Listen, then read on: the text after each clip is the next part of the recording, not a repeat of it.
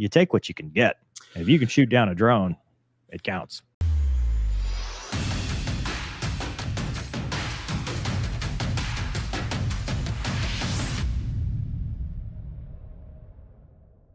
Breaking news, the Super Hornets shoot down everything. Yeah, all the things, Douglas. Let's see. U.S. assets to include the U.S.S. Laboon and FA-18. Hey, just as an aside, whenever I see the name of a Navy vessel, I always go and read about the person it's named after, and it's worth doing in this case. It's always worth doing. Well, what did Laboon do? Yeah, what did he do? He dove off a submarine to into a minefield to save downed pilots. Got a silver star. Wow. So there you go. I'm glad that I read that. If you guys were going to ask me, it was just a suggestion. Is that World War II? Yeah. Wow. The greatest generation. Continue. Back to the story. And FA-18 Super Hornets from the Eisenhower Carrier Strike Group shot down 12 one-way attack drones, 3 anti-ship ballistic missiles, and 2 land. This sounds like a Christmas song. And 2 land attack cruise missiles in the southern Red Sea that were fired by the Houthis over a 10-hour period, which began at approximately 6:30 a.m. Sana time on December 26th. There was no damage to ships in the area or reported injuries.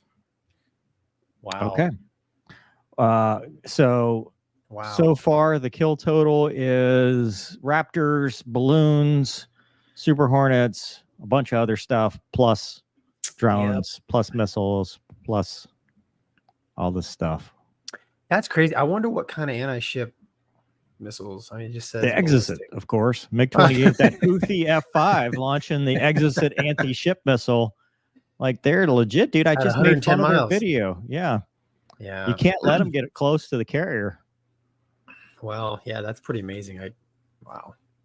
Yeah. Yeah. Well, cool. I'm glad they were successful. I mean, that's a lot, man. I mean, in a 10-hour period, 12 projectiles.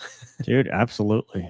It just goes to show you how great the Super Hornet radar, to be picking those things up. I mean, that's pretty high fidelity stuff. Yeah. But can you imagine, I would, because this happened when I was at Balad in 2009, I was sitting there, sovereignty alert, and we would get, or they would say, hey, we might scramble you. And it was for a drone or something. And dude, I didn't think any less of it. I'm like, I'm going to get to kill something in the air. Right. Didn't get to. Somebody else got to it. I was just as disappointed. But, in today's world where it's not the hordes of, German fighters or, Japanese Zeros, you take what you can get.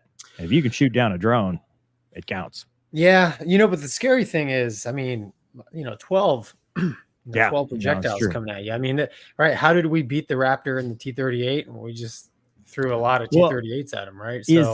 So is that number all inclusive, just the Super Hornet, or is that including all the fleet defense? Like, I don't think a Hornet did 12. No. It's part of a DCA, right, plan. So, but what I'm saying is, how do you get past that?